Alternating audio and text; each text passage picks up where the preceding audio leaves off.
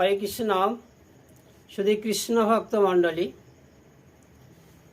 আপনারা সবাই জানতেই পাচ্ছেন যে আজকে কামদা একাদশী চলছে। তো কামদা একাদশীর মাহাত্ম্য বর্ণনা করছি, শ্রবণ করুন।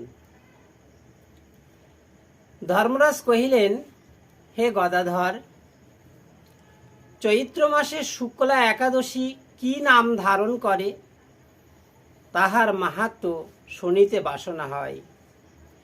শ্রীকৃষ্ণ বললেন, এই একাদশী কামদা নামে ভুবন বিখ্যাত,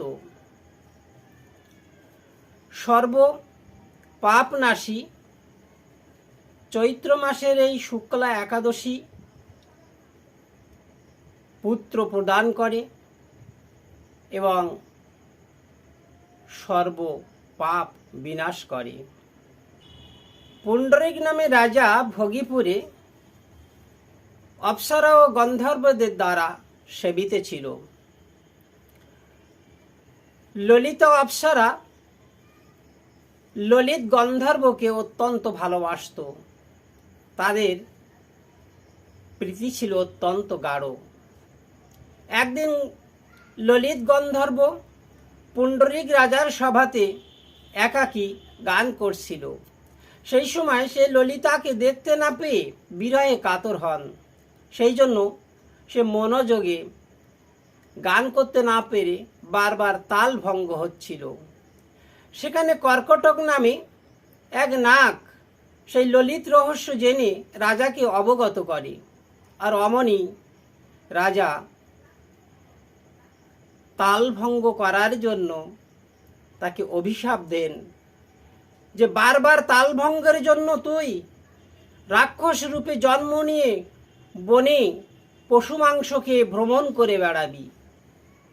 এই অভিশাপ বাণী উচ্চারিত হলেই তৎক্ষণাৎ সে রাক্ষসে পরিণত হয়। ললিতা তার পতির এই ভয়ঙ্কর মূর্তি ধারণ করে, তার যে রূপ এটা দেখে সে অত্যন্ত দুঃখিত হন। তারপর পতির সাথে বনে বনে ঘুরে ঘুরে অবশেষে একদিন শৃঙ্গী মণির দেখা পায়।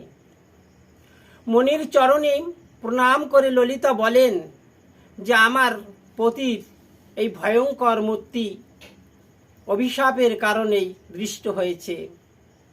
আপনি দয়াবান, কি করে এই পিশাচত্ব দূর হয় সেই কার্য করুন।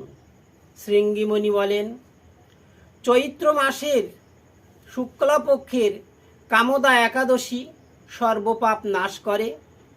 তুমি এই ব্রত করে উপবাস থেকে রাত্রি জাগরণে পতিকে ফল দান করো আর পারণ করাও। মনি বাক্যে আশ্বস্ত হয়ে ললিতা কামদা একাদশীর জন্য অপেক্ষা করতে লাগলেন। অবশেষে যখন কামদা একাদশী এসে উপস্থিত হলো, ভক্তির সহিত এই একাদশী ব্রত পালন করে ব্রাহ্মণও বিষ্ণুর সম্মুখে পারণান্তে করজোড়ে বলেন যে আমি আমার পতির পিশাচত্বের জন্য দূরীকরণের জন্য এই একাদশী করেছি। আপনারা কৃপা করে আমার পতির পিশাচত্ব দূর করুন। বনে বনে ঘুরে বেড়ালেও অবিলম্বে সেই ললিত গন্ধর্ব দিব্য রূপ ধারণ করে। ললিতা এবং ললিত পুনরায় সুখের জীবন আরম্ভ করেন। যে এই একাদশী ব্রত পালন করে সে ব্রতকারীর সর্বমনোরথ পূর্ণ হয়। কামদা একাদশী ব্রত সর্বপাপ নাশকারী। এই ব্রত অমৃত সমান এবং যে ইয়া শ্রবণ করে সে অবশ্যই বিষ্ণু লোকে গমন করে। জয় জয় নিতাই গৌর সীতানাথ প্রেমানন্দে। হরি বল হরি বল হরি বল।